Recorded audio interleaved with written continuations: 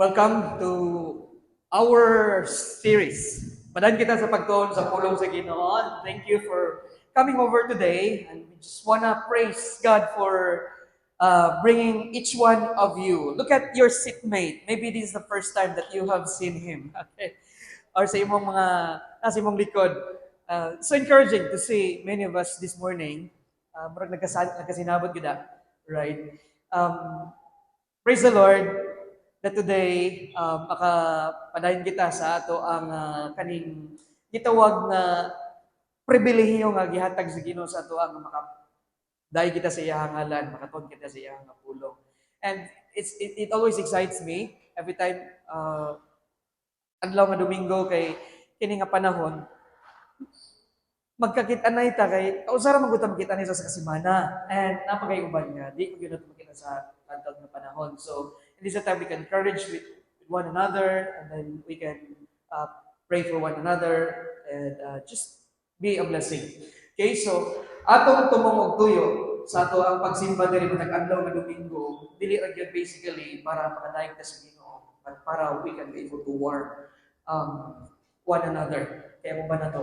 I believe nag-experience og kabugnawan sa ilang pagkristohanon. So we are here to sharpen one's iron, okay, as what the Bible says, right? So we have come to part 5 sa itong series. If kung kamo nagasubay sa ato ang laray sa pagtuon, we are studying this important subject as sort of follow-up sa katong ato ang series sa una. Katong ato ang gihisgutan kabahin sa ato ang purpose as a church. Okay, so we are talking about how do we make disciples as atong yun endeavor, atong gitinguha sa ato ang simbahan na mahimo nato ang pagtuman sa sugo nga gihatag sa Ginoo, because this is what church is all about.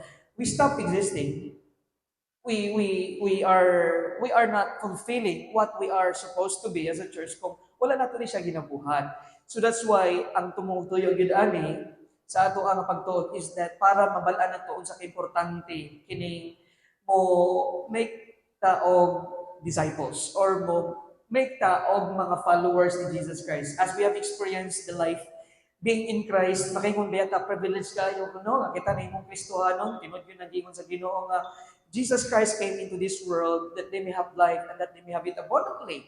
And I'm sure sa mga naadiri nga tinud-an na gyud nga nakaangkon sa personal nga relasyon sa Ginoo, makingon tas galingon tinud gyud na pastor. Since ko na Kristohanon, my life has never been the same. Na-experience yun ako ang kanang gitawag na kinabuhi nga naay kahulugan, naay kanang kinang gitawag nga tinud-anay nga kanang kalipay, naay purpose ba? It's not just for the sake of existing. And we want to share this to others. And the way to share this to others is to follow the pattern na gihatag sa Ginoo sa tuwa kung saan nato pag-make disciples. So we are not only learning the importance here, but by the grace of God, hopefully, ma-embrace nato ang mga principles kung saan nato para ta mahimong effective. Ma-equip ta ba para mahimong effective ng mga disciple makers. Okay, so as we started this series, ang concept na to ani sa pagtuon is atong gitan-aw ang unsay kahulugan gyud sa gitawag nga disciple making, because from there atong mahibal-an unsa ang mga steps nga atong himuon para nato ma-fulfill ang gihatag sa Ginoo sa tuwa nga sugo, which is ang Great Commission. Right? Kung nakainomdom ta, maog yun na siya ang gibilin sa Ginoo sa iyang mga disciples, o mao po na siya gipasa sa the first century, those disciples, and then the first century church, and then naabot sa ato ang generation, sa ato ang panahon. Okay, so we have looked at the definition of disciple making, which is actually extract siya nato sa Great Commission. There are three basic or major steps na atong gitan-aw from that definition, which is ato lang balikon, no? Okay, bear me. Sometimes marag loading yun ang buwan. Loading ganing tao, kini pang sa computer. Okay, all right. Nihang. Okay. Right. Pasensya sa ta. Okay. So lang.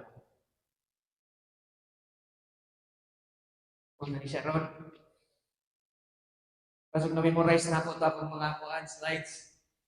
Sige. Kamo, tabangi ko ni memorize kaya actually i-memorize na mga niyo. Sa ganitong definition sa disciple making. Disciple making is, kasi masabot sa disciple making, entering, naran ako, entering into relationships to help people to trust and follow Jesus. Okay, so that's basically the definition of disciple making and extracted na siya sa Great Commission nga gihatag ni Jesus Christ. So aton nang gitan-aw binagsa una para ta mahimutan nga mga effective ng mga disciple makers is kinahanglan engage ta sa ato ang community. We have to really be taking initiative and intentional sa pag-connect sa mga tao. Build a relationship. Dapat friendly ta. Dapat makihalubilo ta or mahigalaon ta sa mga tao na giyadala sa Ginoo sa ato ang kinabuhi. Right? So, because that's the way for us to connect them and eventually madala na sila sa pihilan sa Ginoo. We have to be relational, right? So, entering into relationships, ang tumutuyo ginanin, which is next step, is the motive behind is for us to help people to trust Jesus Christ. And we are still here. Atong itanaw ang mga pamaagi, unsaw na ito, makatabang ka sa mga tao, na ma-introduce natin sila, hinahinay niya sa Ginoo. Which is number one, okay? We have to supplicate for them. Supplicate means to pray specifically for these individuals na give burdens sa Ginoo kasi ato silang ampuan. So that's why I was suggesting sa inyo make a list of those people. Kinsa man give burdens sa Ginoo sa inyong kasing-kasing inyong ampuan. Maybe members sa inyong pamilya, silingan, kauban sa trabaho, classmate, friends, neighbors, please pray for them, right? Para sila i-prepare sa Ginoo ilang kasing-kasing for the perfect timing na masiran sila sa gospel. So supplicate for them. Okay? So pray for them because kita mga bunga kita sa mga mag-ampo sa katong mga tao na nagpagamit sa Ginoo. So it's now our time to pray for those na wala man nakailan sa Ginoo. Not only to supplicate, okay, we are also to show. Okay, prayer is not just enough. In fact, prayer is not a substitute to action. It is an action that has no substitute. We have to show, we have to demonstrate sa ato ang kinabuhi as Kristohanon. Okay? Because people are not concerned sa unsaya pag isulti sa ilaha, they are more concerned how we live sa ato ang kinabuhi. So, ato yun, yung kinabuhi ng Kristohanon para makita nila ang difference. Mas nindot din yung Kristohanon na kinabuhi. I want to be like you because look at you. Right? Your life is full of meaning and purpose. Manipay tayo ka. Malinaw lagi mo kinabuhi. Right? Bisag dili kay kaya nga kumpuri or kumpuri na nakadato, pero kay content and satisfaction in life. Right? So, they're kind of overlap because while we are praying, we are also demonstrating the Christian life before them. And the last time that we have looked at, the third part, sa ato ang pag-introduce sa tao in this section of helping people to trust Christ, I look at this part as very challenging because most of us, only siya ang atong struggle, can speak. Okay? Okay ra kayo mag-pray. Wala kayo though makaingon effort na mag-pray, pero dili jud siya anak kanang murag challenging jud kayo when it comes to reaching out people. So, and then demonstrating the Christian life. Because many people, in fact, many Christians, murag, taman ba, hoping kini sila makakita sa kalayaan sa huwag ginabuhi, bisag dili na sila masyara sa puno sa Ginoo. No. Ang importante is, open kita sa itong pagpa. Ato silang sultihan. Speak. Right? We have to speak. And I share to you at least two common struggles na ato ang encounter when it comes to speaking. Which is, murag na yung po siya excuse sa kadaghan ng mga Kristohanon. Number one is, we don't speak because we say, I'm shy. Alright, I'm shy. Okay, I don't think so. Kining ato ang pagkaulawon usahay is mahimo siya kababag na dili ta ang gamit sa Ginoo because I believe bisan ang ulawon nga tawo naagay higala. Right? Makaistorya gyud siya. Imposible na wala jud kay higala. And let's make use our mouth yatag sa Ginoo sa ato sa pagpagamit niya sa iya. And we can start overcome this kind of kaning kinaiya nato nga pagka ulawon or kanang hesitant ta nga mo-open sa ato ang para storya ta kabahin sa pulong sa insog ang mga tao kung natay conviction na kining mga tao nga atong Gerard importante precious kay ni sila. If nobody is going to care for them, they will not be able to experience the kind of life na to experience. Dili gyud sila makaila sa Ginoo. So we could not be careless for souls because one soul is priceless tubangan sa Ginoo. Jesus came to this world to die for each one of us. Okay, remember the parable of the lost sheep, the lost son, the lost coin. Just one. Precious kayo ang usa ka person. Okay? Especially kung makasabot yun ta nga ang kalag ng mga tawo nga wala kayo sa Ginoo, mga blinded sila sa kamatuoran, kinahanglan sila masultian sa kamatuoran because otherwise, sa katong illustration nga giyatag last time, people are walking on the path that they think it's right, but the end is destruction. Alright? So kinahanglan ato sila masultian, no, stop going there. You think good works, religion, and so on and so forth will bring you to heaven. No, there's only one way, Jesus. You have to make a detour. Okay, so we have to really give them the warning. Okay, and thank God we have the message. Gihatagan ta sa Ginoo na sa ato ang kasing-kasing. Wala rin na sa atong cellphone, wala rin na sa ato ang hard copies ng mga Bibles. Kung ato siya take sa ato ang kasing-kasing seriously ang message sa kaluwasan wherever we go, we are ready to tell them unsa ang hinungdan nganong kita na himong Kristohanon. Right? So remind yourself that every single person is precious and ang tao na walay Kristo is vulnerable or na a very dangerous situation because na ay wolf who is always there ready na mutukog. Like a roaring lion, si Satan is andam mutukog ang mga tao. But kita mo dapat point ani nila sa tilod na shepherd, dili magbalantay where dito nila may experience ang tilod anay nga right? And we have the cure, right? Looking at the people, so the people are having that incurable spiritual disease, which is ang sin. And if kung dili na to sila sultian sa cure, which is the gospel, people will perish to eternal hell. So, we are privileged actually. So we have to stand between the gap of the sinners and the Savior. We have to really overcome sa ato ang kanang hesitation nga mo speak sa message sa kaluwasan sa atong mga kaila, sa atong mga kauban sa trabaho, mga friends nato, mga neighbors, ilabi na sa atong mga loved ones. Alright? So, that's one of our struggles. Shyness. What about another excuse nga itong ginahimo? Right? Kanong dili ka makasya sa kung sa Ginoo, I don't know. Alright? I don't know. Dili ko makabuhatan ang iingon sa Ginoo, Pastor Mitch, na mo may disciples kay wala ko kahibalo kung saan ang pangutana. So, kaya wala magkakahibalo, kung sa may mo ang dapat buhaton. Dapat, mag-cut-on. So, tiyan ta mag-story na ako. Gamay pa ko. Dili kayo na ako may numduman ang tibuok nga senaryo, pero ako mga parents, may istorya, hindi sila nakasaksi. Wa pa kayo kung tantunggot ato. Akong lola, nagtuan sa mong balay sa una, ilungga kayo. Dayon, mag-floorwax na siya sa mo ang balay. Then there was a time na mutan ako sa iya, ano na? Ako lola, ningon nga, floorwax. Ingkong porwax. Ako lola nga, no, floorwax. Porwax, ambot sa imo na hindi ka kabalaw. Sige, ganun ka nga, floor wax, porwax. Ambot sa imo, hindi ka kaibalo hindi ka katukunan. Hindi ka kabalo, bisan hindi na balanta ka nga floor wax. Akong tubag ko no sa idea is that, tunaan okay? Bata pa ko na ko no kayo, pero mo na ako tubag.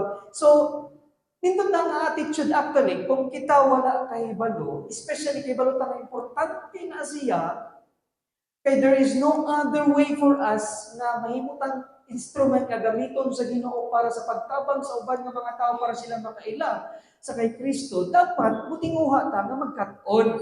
Dili ta mahimong passive. Daghang mga Kristohanon na okay lang para nila na makasimba lang sila. Maka-attend ng prayer meeting, Bible studies. Pero when it comes to, learning kung saon na mahimo silang effective nga mga disciple makers, wala paki. No. Ato na siyang tan-awon karon. Many of us probably would hurt to that, reality. Really, do I have to do that? Well, I have to establish this truth karon nga buntag kay para ma-embrace nato ni siya nga kaman sa Ginoo. So, ang atong attitude dapat kay balunta na importante ni siya o mo ning ingon sa pulong sa Ginoo, dapat mo respanta na ato yon tinguhaon nga makakat-on ta unsaon nato ang pagkamahimong disciple maker. So, there are several ways actually to know, to learn. Naay mga tao nga kanang gitawag nato nga mga self-learners. Wala sila ni undergo og kanang kaning gitawag nato nga official training or kanang ni eskwela gyud ni undergo og formal nga training. They're self-learners and so they are self-taught. Naapoy mga tao nga nadunggan niya na iba mo ba nakatudlo og university, pag may mga scientists na they don't have the real kanang formal training or educational background, but because they were eager to learn, nahimo sila ng mga professor, nahimo sila ng mga smart na mga tao because they were really eager to learn. Na may mga tao nga kanang para sila maka-learn, i-enroll sila sa formal training or education para sila makakat-on. Okay? I'm not saying one is better than the other. Both are actually important. Ang attitude, maoy mo matter. Ang importante nga ikaw sa imong kasing-kasing, eager ka, ganahan ka, makahibalo because you want to become effective. You want to become useful. Alright? So, as a Christian, kinahanglan nataan ang attitude na dapat makakat-on ta sa unsay gitudlo sa pulong sa Ginoo para ta magamit niya sa iyahang kabuluhaton. Okay? So, that's why I want to propose this principle this morning sa atoa nga naga-aim gyud nga mahimo tang gamiton sa Ginoo, which is we have to be equipped in order for us to be effective. Okay? We have to be equipped in order for us to be effective. Kinahanglan magpasangkap ta. Kinahanglan masangkapan ta ba? Matudluan ta, matrain ta para ta mahimo tang effective nga mga Kristohanon. Okay? I don't know kung nakabalo ba ta na kining ato ang kaluwasan nga atong naangkon. Kung kita nakadawat kang Kristo nga atong Ginoo personal nga manluluwas, ang purpose ini dili lang para nato ma-enjoy ang kining gitawag nato nga Kristohanon nga kinabuhi being in the presence of God. Here in your presence, we sang that song, there is fullness of joy. In your right heart are pleasures forevermore. Indot man jud kayo ang kining mahimot ang Kristohanon. Pero we are not just here in this world, He saved us sa Ginoo para ta ma-enjoy nato ang Christian life. But kung dili atong mahimong useful ang atong kinabuhi, mahimo ta nga representative ni Jesus Christ para sa pagtultol sa mga tao nga nasa kalibutan nga mga nangawala pa. Okay? So we are saved to serve. And if we want to serve effectively, kinahanglan magpa-equip ta. Okay? Pareha ra gud na sa ako. Nag-desire jud ko magpapag-graduate na ako, gibutangan ko sa Ginoo og desire mag-serve sa iya ha. Dagan kog ambition sa kinabuhi sa una pero really it's God's work. Kung Lord privilege kayo, dili jud ko ka-resist, I could not think of doing other things than serving God. Kung graduate ko, serve ko sa Ginoo. So pag-graduate na ako, serve ko full-time worker sa campus ministry. Then, in the next couple of years, ibutangan ko sa Ginoo desire nga mag-pastor. Okay? Pero, nakaibalo ko, nga dili lalim ang mag-pastor. In fact, nahiningon sa kuha, pastor ka? Nalalim. In fact, I work with a pastor. Grabe ang luha nga ako nasaksiyan at a person sa iyang pagka-pastor. But even though I heard that, I took the challenge kay ko nga, I could not help myself but to serve God. Kay maod yun ang calling niya. Yatag sa kuha. And, of course, ni-follow ko sa iyang calling, but later on, na-realize na ako, I could not be able to effectively serve God in the pastoral ministry kung dili ko ma-equip. So that's why, ni-undergo yung training. Kung paano ko gamiton sa Ginoo nga may effective na pastor, kinahanglan mo, undergo kong training. So that's why study ko, nakahuman ko, and ang point is that kung ganan ka gamiton sa Ginoo, which is actually kita tanan ang desire sa Ginoo, ganahan siya na every single Christian dili lang mo lingkod adlaw nga Domingo sa pagpaminaw sa pulong sa Ginoo, sa pagsimba sa iya, kundi mahimo ta effective nga member sa iya nga body. Okay, because every member of the church is part of the body of Christ, and every member of the body, kung muna natin, the anatomy of the body, every part of the body has a function. And maka-function lang ka kung kung nasangkapan ka, na-equip ka sa unsay ipabuhat sa Ginoo sa imuha. Alright? So, we have to understand that. Alright? The moment we have come to Jesus Christ, dawat na to siya, and then mingon ta, well, I'm going to heaven. Yes, congratulations, we're on our way to heaven. But why are we still here? Kung ang purpose naman sa itong kaluwasan, para tadadton sa langit. Naata diri, tungod kay naatay misyon, nagyatag ang Ginoo. Why nata diri, paggamit nato itong kinabuhi, kay daghan pa nga mga tao nga wala nakaila sa Ginoo. And God has no other choice actually nga iyahang gipili nga ma-reach out ang mga tao gawas lamang sa iyang mga katawhan. He could send angels, but He did not choose them. Kita jud ang iyahang gamiton. And what a privilege to be part of, building the kingdom of God in this world. Alright, so we have to be equipped. And to be equipped doesn't just have to, once ka ma-equip ka sa pagbuhat, stop na kadiha. Because, we have to also improve and grow, keep growing. That's why we have to keep learning. Like me, kung ako jud sa akong principle sa kinabuhi dili ko kumusta kong learning. Interest buhit pa ko madayon jud. So after MN, the Master of Ministry, I offer counseling. I want to become effective also in counseling. So that's why in eskwela ko o counseling. Right? So and then po course ni offer pagkauman ani. Musta na mo ko, di jud ko musta until mamatay ko. Well, it is still available. And good news it's free. So that's why I want to continue to learn because I want to become effective. Alright? So, ako po challenge sa matagusan na to dire, we have to be equipped in order for us to be effective. And by the way, kini nga to ang kinabuhi diri sa kalibutan. Nganong kinahanglan ta ma-equip? Nganong kinahanglan ta mo learn? Is because life is a battle. Don't you know that? Do you think life is tough? Dili sa yon ang kinabuhi. Daghan siguro mga tao wala kahibaloan na, especially sa mga unbelievers, huwag sila kahibalo na. Moment sila nimog sa kalibutan, nakabaton sila ang buot, for them, life is fun. Enjoy lang, magjaka dito dyan. Pero actually, battle ang kinabuhi. Kita nga mga restaurant, makakita ta na, yung tawag, kini mga tawa na, wag yung alipuhag. Ang kinabuhi sa kalibutan, pakigubat baya, we are battling to survive. Every day is a battle to survive.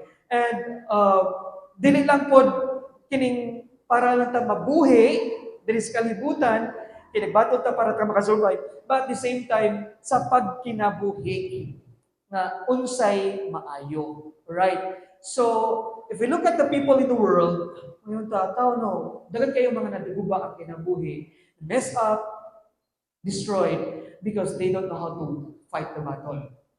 The moment ka nga nahimong Kristohanon kita, nahimong Kristohanon, from a distance, we look at the people in the world, tanong nila, taon, buhay kayo sila, imong silingan, imong parente, sa ilang marriage, what's like kung saan nila pag-fight ang ilang marriage, sa ilang pagpadako sa ilang mga anak, sa ilang trabaho, sa ilang, daily engagement.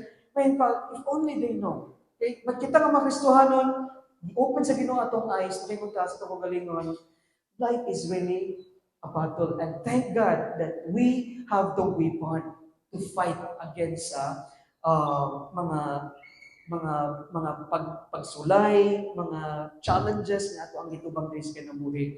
And unsa nga klase sa battle nga ato ang atubangon? Okay, we'll get to that in a moment. Pero mao ni siya. We have to understand the moment we have come to Jesus Christ, we have enlisted ourselves into His platoon. Okay? We are like soldiers. Maybe this is the first time to hear sa inyo, most of you here, mga Kristohanon, wala siguro mo kahibaloan na usa sa mga titles nato ng mga Kristohanon, dili lang kay kita mga gitawag ng mga saints, mga children of God, Christians. Don't you know that one of our titles is soldiers? Take note of that. That's why many Christians don't play themselves on that position being a soldier because they don't know that. Now that you will know later, okay, in a moment, kinahanglan magpakamasundalo ta. Right? Unsay gingon sa pulong sa Ginoo? In 2 Timothy chapter 2 verse 3, ningon si Timothy, share in suffering as good soldier of Christ Jesus. Now, magpakasundalo ta. In fact, ang gusto sa Ginoo sa tua, na mahimong kitang mga maayo nga mga soldiers na naga-endure sa suffering, nagabarog sa pagpakigubat sa kalibutan. Dili basta-basta ang ato ang yatubang ng mga gubat. Lain-lain gani ng mga gubat, There's different kinds of battles. Though there is main battle, which is actually the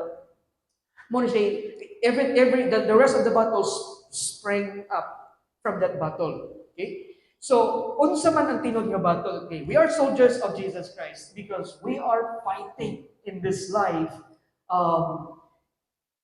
God has opened our eyes, nakarealize ta na ang tinuod yun actually nga battles kalibutan is ang spiritual warfare.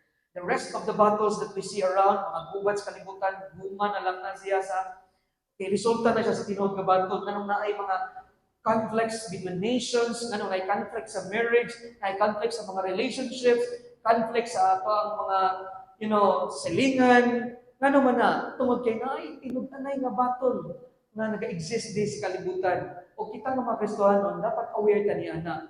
And we have to stand as good soldiers of Jesus Christ. So, unsa man ang atong hinagiban, kay soldier man ta sa Ginoo, unsa man ang ato ang hinagiban. Okay? Importante din siya sa ato ang understanding how do we make disciples, because as disciple makers, we are going out to the real world, which is actually the battlefield. Okay? We are fighting for souls. And how can we win souls for Christ? Paano ta maka-win, makadaog, makalag, madala na ito sa stilan sa Ginoo? Kinahanglan natay weapon. Unsa na siya nga weapon? Can you guess? Unsa ang weapon na naa nato, na ato ang ginadala na mahimo tang magmadaugon ng mga soldiers sa Ginoo kung kahibalo ta mo gamit ana? Unsa na? What is the sword of the Spirit that God has entrusted to every Christian? Actually, sa Bible, usara ang offensive weapon na ito. Nga kinahanglan kabalo ta mo gamit ani. That's why kinahanglan tag sangkap, kaya tag equipping. What is that?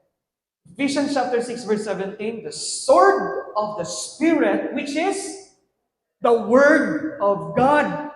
Man, kinamakahibalutan niya na ang sword, ang espada sa balaang Espiritu sa Diyos na naa nato actually is the Word of God. Pangutana, kahibalo ta mo gamit ang sword ug ato ba po na siya ginagamit? Okay? Now, how can we use that sword if we don't know in the first place that we are soldiers? So first and foremost, kinamakahibalot ang soldier ko. And soldier ko na ako sa battlefield. Christian life is not a playground. It's a battleground. And I have to use the weapon that God has given to me to really become a good soldier, which is the sword of the Spirit, the Word of God. Thankfully, naana siya. Gihatag na siya sa Ginoo sa tuwa. Pero makaingon man ta nga ang sword of the Spirit, which is our only weapon para mahimutang victorious na soldier sa Ginoo is ang pulong sa Ginoo. Ngano man? Because the real battle, which is tinitawag na ito ang spiritual battle, is the battle of the mind. Please understand that. Why is it that the sword of the Spirit, which is mauna siya ang ato ang ginagulitan, na atong gamiton para mahimutang mga good soldiers ni Jesus Christ na madaugon din sa kalibutan, is ang pulong sa Ginoo, because the real battle, which is the spiritual battle, na dili nato makita, is the battle of the mind. Okay? Ngano man ang pulong sa Ginoo is the word of truth. Okay? Don't you know that the source of truth way lain ang pulong sa Ginoo? Wherever you are, whichever you are, wherever you are, na parts kalibutan, when there is truth, there is God. Okay? Because God is the source of truth and has given us the Word, the Bible, which is the truth, basically. Name of Jesus Christ, sanctify them with your Word because your Word is truth. In the Bible, wa adyo kay makita nga bakak diha. Puro yun na kamatuoran. Kunya, so kay naaman ta ana kanang sword sa pulong sa Ginoo, which is the truth. So sa ato pa, ang ato ang buntugon na weapon sa kaaway is unsa may counteract sa truth? Lies, deception, okay? Linlang, bakak, which is kung daghan og tools. Actually, si Satan, nagagay siya mga tools para sa pagkuba sa kinabuhi sa mga tao. To send people to hell, to destroy Christians, daghan siya mga tools. Doubts, discouragement, daghan yung mga D's, disappointments, alright? Pero naa siya'y tool na pinakamahal na para niya, dili yun na niya buhingan. Ano sana siya? Deception. Okay? Kung tanaw na to sa New Old Testament, sa Genesis, ano siya yung gigamit para makasala? Si Adam si Eva. Deception. Alright? First book in the Bible, in Genesis, deception. Don't you know that in the last book of the Bible, which is the book of Revelation, the tool that the enemy is going to use to deceive the nations, for in the last days, para daghan siyang mga tao na madala ang mga tao sa impyerno, still deception. Alright? He's going to sell some of our tools, but never any deception, because ang deception is mauni ang iyang pinaka-powerful weapon. Kaya naman, kung ang tao gani ma-deceive, wala yun siya kay ba ma-deceive siya? Kung ikaw discouraged, kaya ba ka na-discourage ka? Yes! Ikaw magaling I'm so discouraged. I'm so disappointed. I'm so down. Okay? I'm doubting. Pero, you don't say, I'm very deceived. No. Because that's the nature of deception. Deception is you don't know that you are deceived. Okay? So, daghang mga tao sa kalibutan, mga unbelievers, na malaglag ra kasal kalay sa impyerno, na naguba ang ilang kinabuhi sa kalibutan because they are deceived. Example, daghang mga batanon na para nila premarital sex is fine. They are deceived to take that. It's okay. Parang okay na na. Everybody's doing it in my generation. It's fun. It's pleasurable. Right? No, they don't know it's a deception of the enemy. Sex before marriage. So okay na ang mag-cheat during exam. As long as dili ka masakpan, it's fine. Importante makapasar ka. Daghang mga batanon na para nila okay na. Okay ra na ang mamakap ka, mama, papa, mga yung kwarta, ingro na ko nga na ako'y project, pero i-computer di ay, or maybe gasto sa uban ng mga butang. They think it's fine. Many people in this world are deceived. It's okay. Dili ko mo tugan sa ako ang, dagang mga empleyado sa gobyerno, for sure. Ay mga panika sa, ilahang mga time. Okay? Typing time out diha. Right? For them, it's fine. They're not being honest in their time. They're not being honest sa ilang mga trabaho. Right? So for them, it's fine. Deception. Okay? And don't you know, kita po ng mga Kristohanon, naapunta na. We think it's okay lang, dili lang mo pray every day. Okay? Or mabasa sa Bible, it's fine. Dili lang sige basa sa Bible. For us, it's fine, not just to go to church once in a while. As siguro, bisag once a month, okay lang. At least maka-church ko. Or maybe, mabasa sa Bible, or maybe a verse a day. It's fine. It's a deception. Because, dili na mo pamagi sa Ginoo. Right? So, ang truth, mauna siya ang mo counteract sa lies, sa deception ginatraw sa kaaway. So, kinahanglan makahibaluta. And that's why we need to be equipped. Alright? Ako dyan ang i-emphasize. We have the sword of the Spirit, kinahanglan makahibaluta sa ano paggamit ang sword. Otherwise, wato ta sa gira, naana ka sa atong sword, naunay na lang, hinahinggoy na itong tapat, or maybe kitamoy na saman, kay wata kahibalo sa atong paggamit. Or maybe nahabol ang atong sword kay wala ka nabahin, kaya di ka kahibalo sa akong magamit. So, para ta may good soldiers, we need to know how to use the sword, the weapon that God has given to us, which is the sword of the Spirit, the Word of God.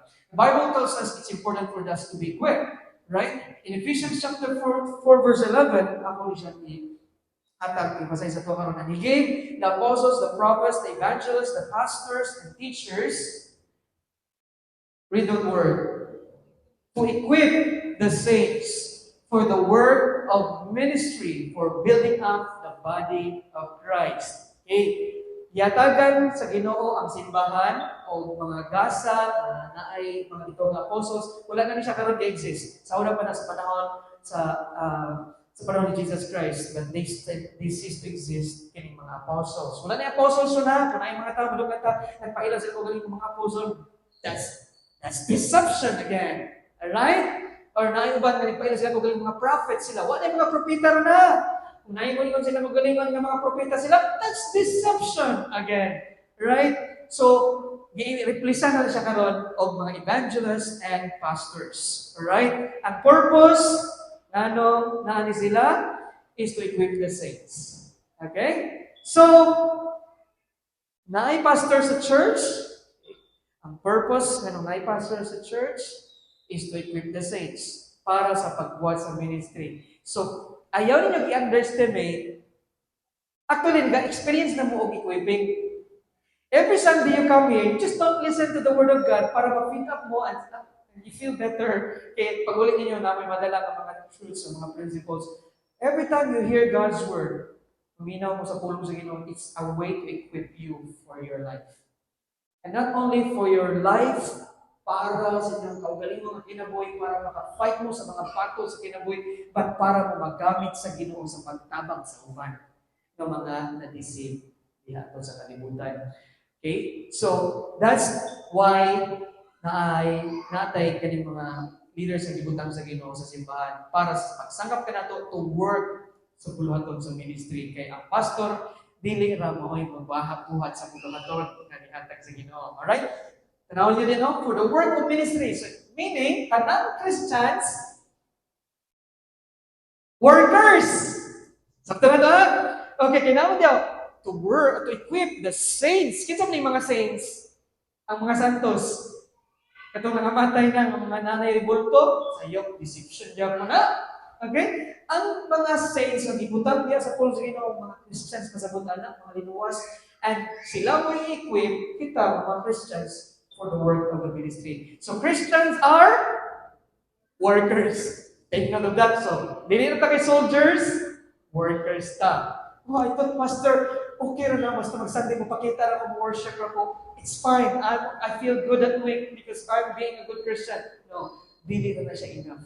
Sabto ninyo, mga Kristohanon, dapat mga workers po na sila. Muna, actually, it blessed my heart. Makakita ko mga Christians na nag-serve sa Ginoo. Not necessarily may mo dyan mo pastor, mahimo mong mga missionaries. Kung sa capacity nga sa Ginoo sa inyo, at least nagpagamit mo. Right? So, if everyone, just imagine, no? If everyone is working for Jesus, bibo ang church. Imagine if everyone is actively serving God in the body of Christ. Kung sa'yo resulta, kung everyone is serving in the body of Christ, working sa ministry. Kung sa'yo last dia, the body of Christ is built up for the building up of the body of Christ. Mauna ang sikreto para mutubo ang church. So don't expect ang sa Christian church mo grow. Okay? Mutubo kung ang ga-serve diha ang pastor lang. Okay? Pero kung ang tanang mga membro nga nagalingkod, naminaw sa pulong sa Ginoo, gibutang nila ilang kaugalingon nga sila mga soldiers, mga workers, and they are actively serving God in the body of Christ. Explosion. Imagine that. So I'm looking forward in next couple of years. Do you want our life to be do you want our church to be filled with life? Kung ang gananta na nga church na kinabuhi, dapat active ang tanan. Dapat laagyan tayo gibuhat para sa Ginoo. Everyone is serving. Not only there sa worship team, okay? Not only sa multimedia, sa kids. Dagan pa actually ang mga ministries that we can create para mutubo ang simbahan sa Ginoo. Even this year, if that is going to happen, at the end of this year, this church, this place will never be enough. We have to move to maybe Norso Arena. Okay? Or we have to rent for a bigger place. Mark my word. Mark my word. But we have to put ourselves on the position that we are to be soldiers of Christ. So don't underestimate kung ganatang mahimutang effective ng mga Christians. Kinahanglan mahimot unsa gani ang kinahanglan para ta mahimong effective ng mga workers para sa bulaton sa Ginoo, dapat unsa gikinahanglan? Equipping. Alright, kita ma-equip. Now, unsa ko na siya nato, Pastor? Sunday, yes, part of equipping, pero it's not enough. In the next couple of months, we will be announcing, this is exciting. We will be offering mga trainings. Okay? Palakpak mo diya. Ating mga trainings. Unsa training? Tuluan ka unsa ang pag-share sa gospel. Unsa pa nga training? Tuluan ka unsa ang imong pagtabak ang usa ka Kristohanon na nakadawat na kay Jesus para po siya mutubo diya sa Ginoo, para po siya himo og followers ni Jesus Christ. So wala na tayong excuse. Okay? Take advantage of it because it's free. Sa uban nga mga companies, kung one day ka og training, kailangan mo spend ka og money. Right? Pero good news kini sa tuwa, it's for free. And we are not going to do it like solid 5 days or you have to study for the whole semester. Okay? Undang na mo sa iyong trabaho, eskwela mo. No. We will do it once a week. 1 hour.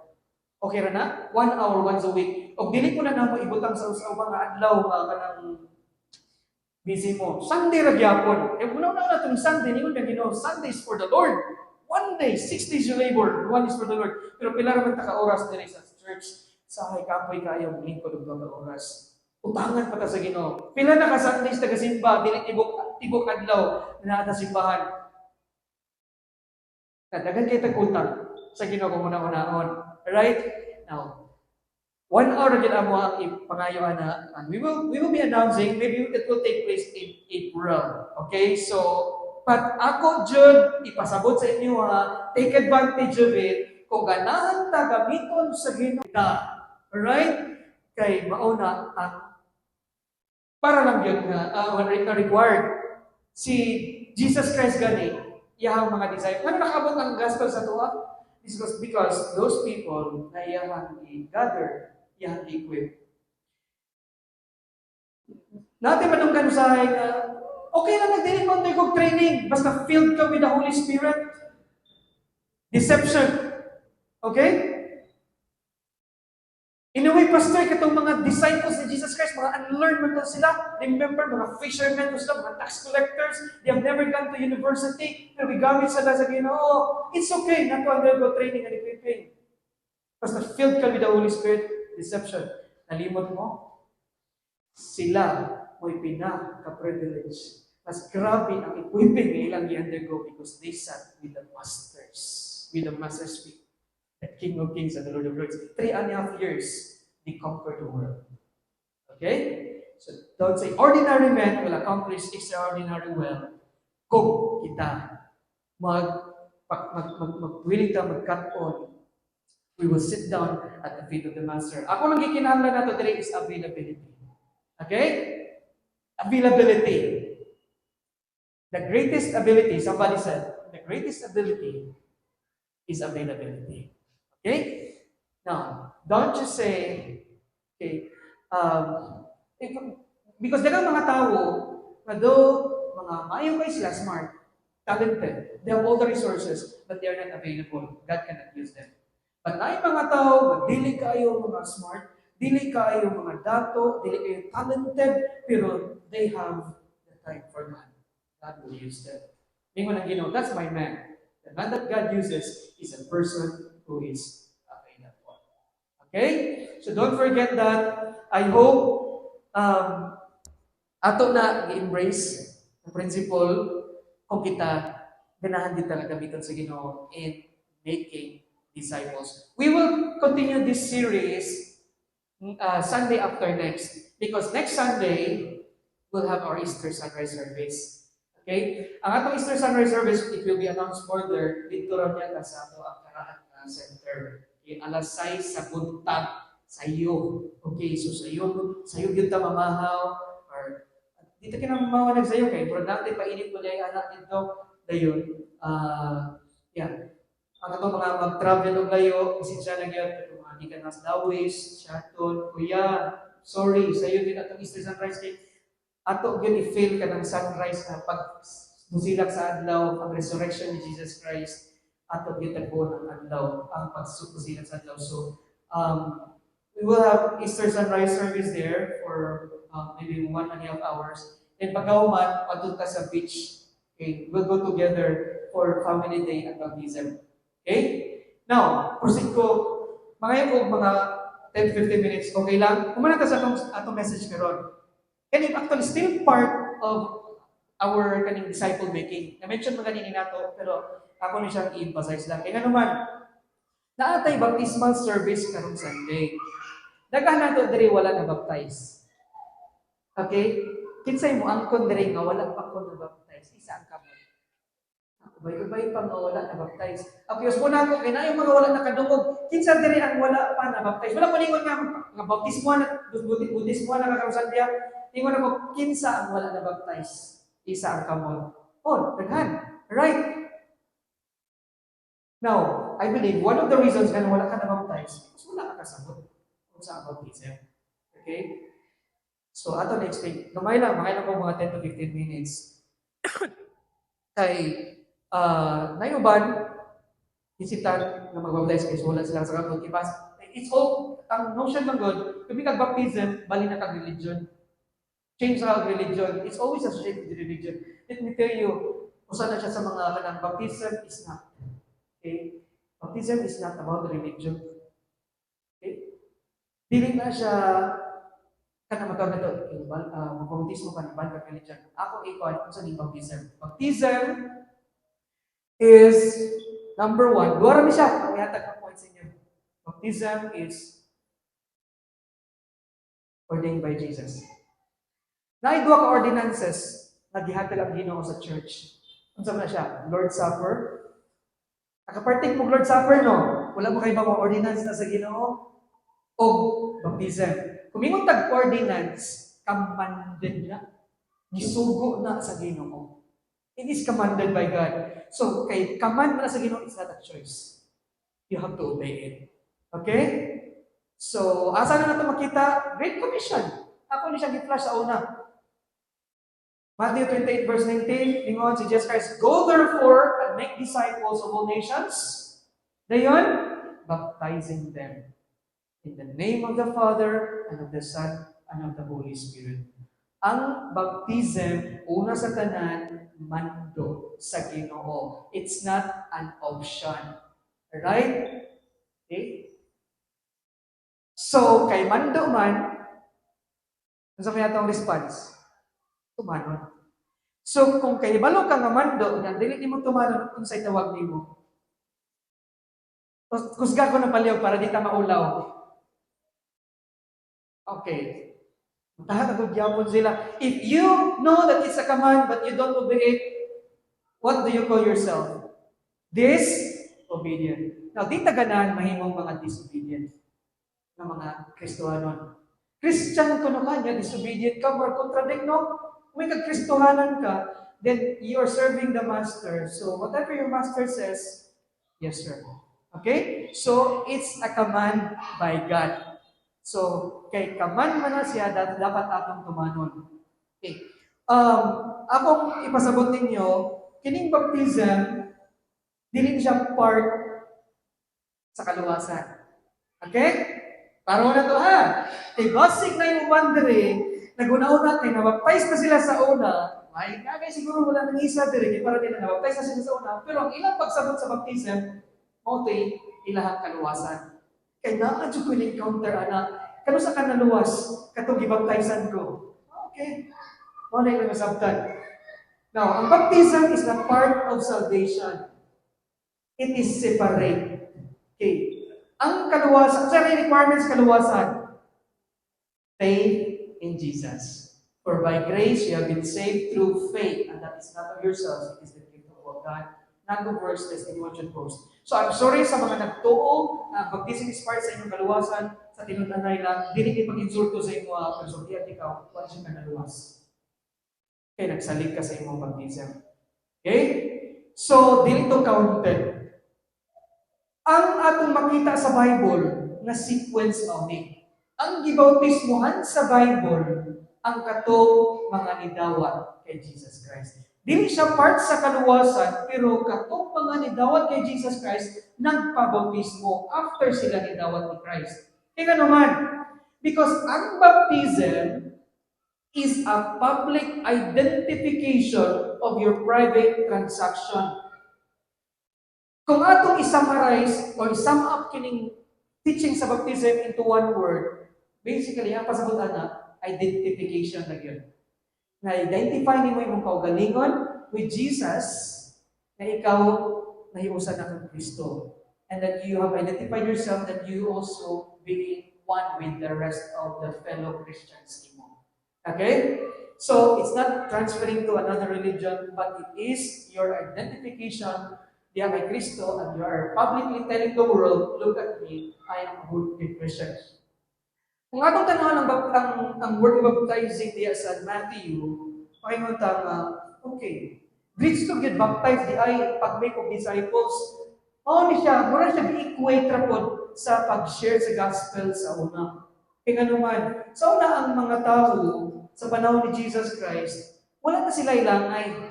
Panahon, pagdawat nila kay Kristo, pabaptize din sila. Kaya naman, ang baptism is a proof na sila tinuod na himong born again Christian.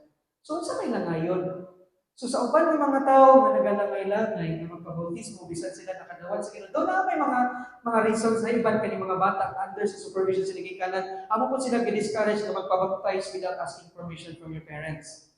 That's why you have to ask permission from your parents. Kay daghan gyud mi na experience ana sa unang baptize me, wala na namin sa ginikanan, anay tabog ikontra sila sa ginikanan.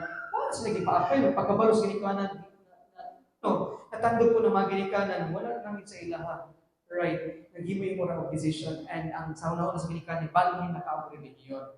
Right? So sayon na siya. So ang baptism is not part of salvation because it is just a public identification. Ang water, nag-require of water ang baptism, ha?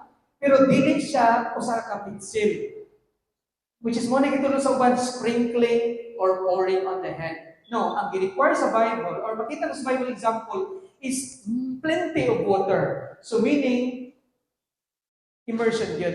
Kaya sa Bible, actually, ang Greek word sa word na baptism is baptizo, which means to dip or to put under or immersion.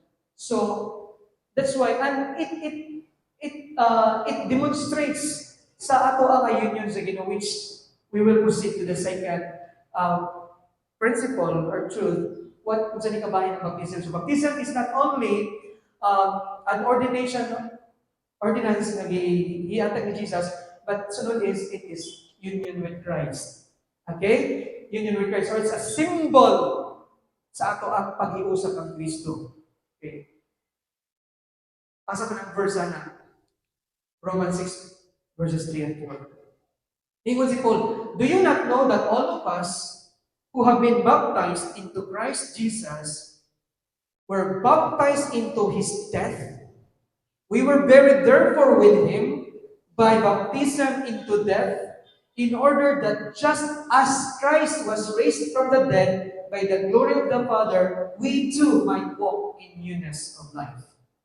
Nakuha ninyo, unsa ang gi-symbolize, gi-signify sa baptism. Ang baptism nag-involve of water because it's a perfect picture ng baptism sa atong union with Jesus Christ, because when we received Christ as our Savior, pag dawat nato kay Christ as our Savior, kay balo ba mo kung sila itabo, nahiusa ta kang Kristo. Kung saan na itabo kang Kristo? Gilagit sa siya sa cross, namatay siya, gilubong siya, tulugan daw, nabanaw siya. Okay? So, ang tao nga na usa ni Kristo, mao na ang nahitabo niya. So, pag pabautismo niya, mao ni ang picture nga gihap nga nahitabo sa Kristohanon. So, while you are standing before the water, it pictures your crucifixion, your death with Christ. Okay? And then, pag-immerse sa imo sa water, it pictures your burial with Christ. Gilubong ka kauban ni Kristo. Pagkauhas nimo sa tubig, unsa man ang picture? Resurrection. Okay? Unsa man ang picture nga kanang sa mga para sa I don't judge them, pero wala na siya nag-symbolize of death, burial, and resurrection ni Christ. Okay? So, ato ibutang sa ato ang nagkasigasig kay na uban diri wala kasabot niya na basig uban na baptize sa sauna pero wala kasabot ani. O sa katong mga gaplano magpabaptize kinan makasabot ka ni before ka mo follow kay Jesus in water baptism. So baptism is a part of your salvation. It is an ordination, command siya, gihatag sa Ginoo. That's why you have to obey it. Dili siya part sa kaluwasan, kaya kaluwasan pinagi lang sa pagtuo at pag-baptize ko because ako ang faith kay Jesus Christ is private. Nobody saw my heart. In order for me to publicly declare to the world and to my fellow Christians that I am a born-again Christian, and one of them is magpabaptize ko. So, muna kanang pagbabautismo na to, it's a declaration na we have been united with Christ in His death, burial, and resurrection. So, ang baptism is para lang sa mga believers. Okay? That's why we don't baptize infants. Dili, pwede bautismohan ang mga bata. Kaya nga naman yung mga bata, nga bago na tao, wala naman sila ka-trust kay Jesus. So, ang require sa baptism is faith. So, only those who have trusted Christ as your Savior. So, there, karong Sunday, mangayo ko, step forward mo, pagkaman sa service ha, kids ito mga nihimong final decision, then prepare na lang mo gamay testimony. Kung saan ang testimony inyong i-prepare before sa congregation before mo lumsan dito sa tubig. So, inyong testimony is simple. Kumusta ang inyong life sa una? Kumusta na karon ang pagdawat ninyo kay Jesus Christ as your Savior? Right? Dayon nga nang mapabaptize ka. So simple as that. Okay, 3 elements in your testimony: your life before, and the time that you have now that you have received Christ as your Savior, how what changes nakita na yung pagkaman. Pakunta na mo nga naman mo magpabaptize. Okay? Clear?